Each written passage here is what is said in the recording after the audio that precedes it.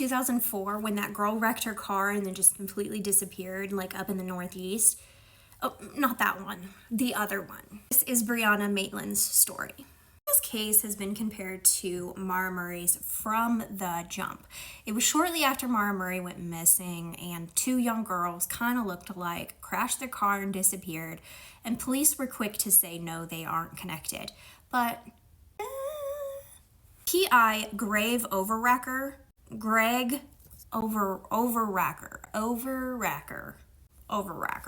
Anyway, this PI believes that these are two connected, and he has a theory and suspects and all of that. March 19th, 2004, Brianna Maitland left her job as a waitress at this small little cafe. It was called the Black Lantern Inn in Montgomery, Vermont. Now, this girl is 17 years old. She is just working this job trying to get by. She got out of work about 11:20 p.m. that night, and the events that followed are just really weird. It's really sad, but Brianna pretty much led a pretty normal but short life. She lived with her parents and her brother on a farm. And in 2003, when Brianna turned 17, she told her parents that she wanted to move away.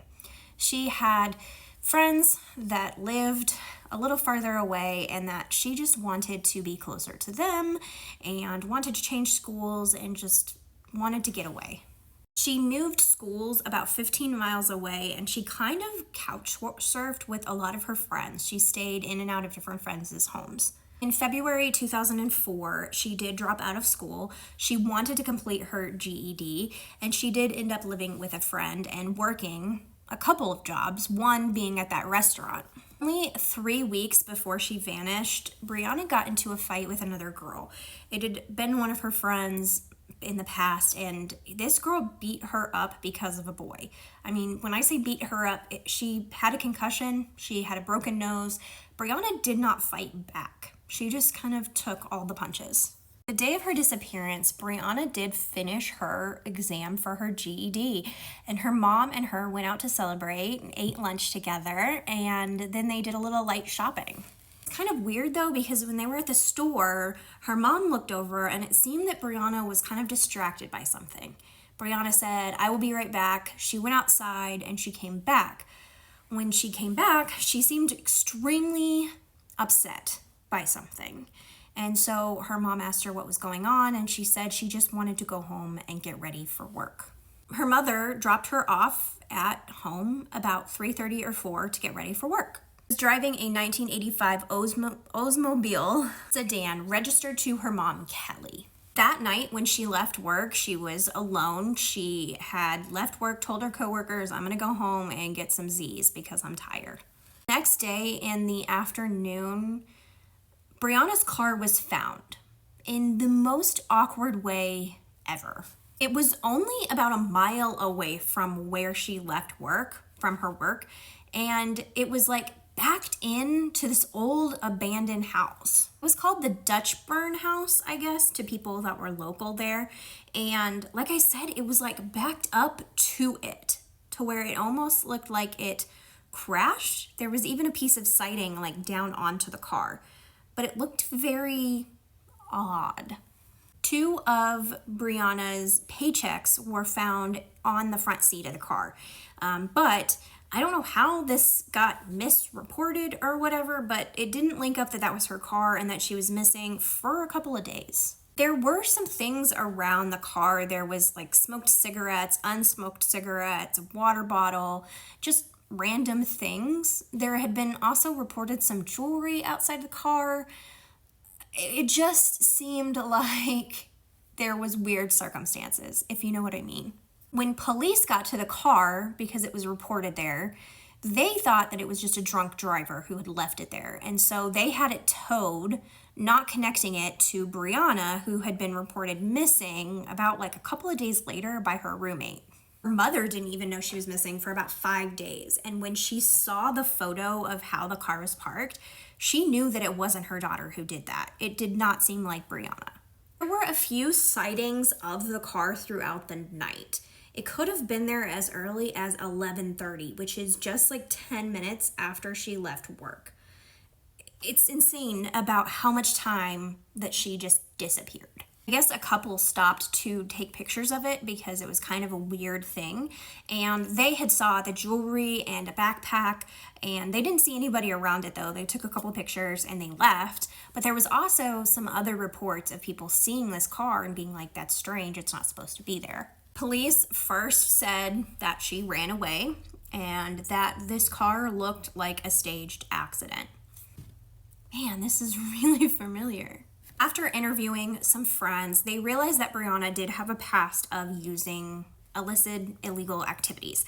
And maybe that is what brought her to this area or something that had happened.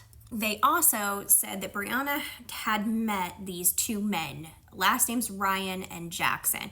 These two men were pretty shady characters. They were not good people, and they were dealing.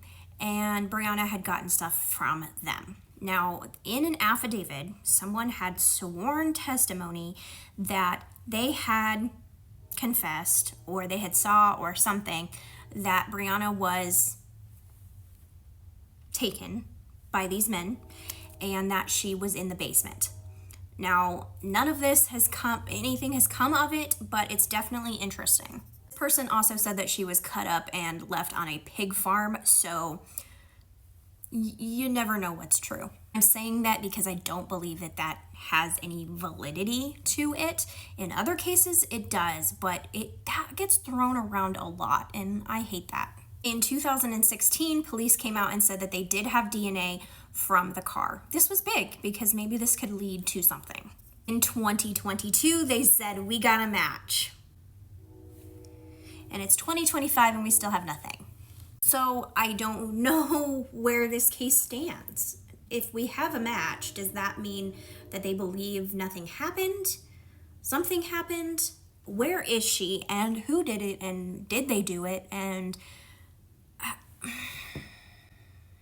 I hate when cases end like this. I absolutely hate it. But it really got me thinking because I had researched Maura Murray. This case got brought up and I have a theory, and I don't know if I believe this, to be honest. I don't know if you should believe this, but it's something that I haven't heard anywhere, so I thought I would throw it out there. Is there any way that Maura Murray was mistaken for Brianna?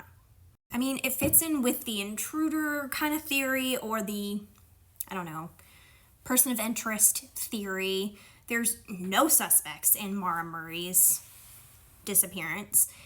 And I don't know. I mean, they're both brown-haired young girls walking in the dark or being in a car in the dark. Maybe they didn't know. I mean, I looked at the cars. They look nothing alike. So I don't know how much validity this has, but I thought I'd throw it out there because no one else has. I'm really not sure they're connected. I think maybe Maura went to commit and I don't know where she is.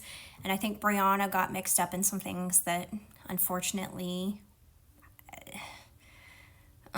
took her. And that just makes me really, really sad for everything because she was only 17. Both of these cases just ripped my heart out because they were so freaking young. But to this day, neither girl has been found. We don't know what happened.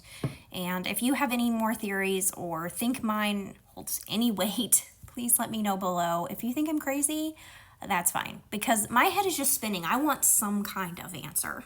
And I know you guys do too. So put it below and I will see you guys next time if I don't go missing.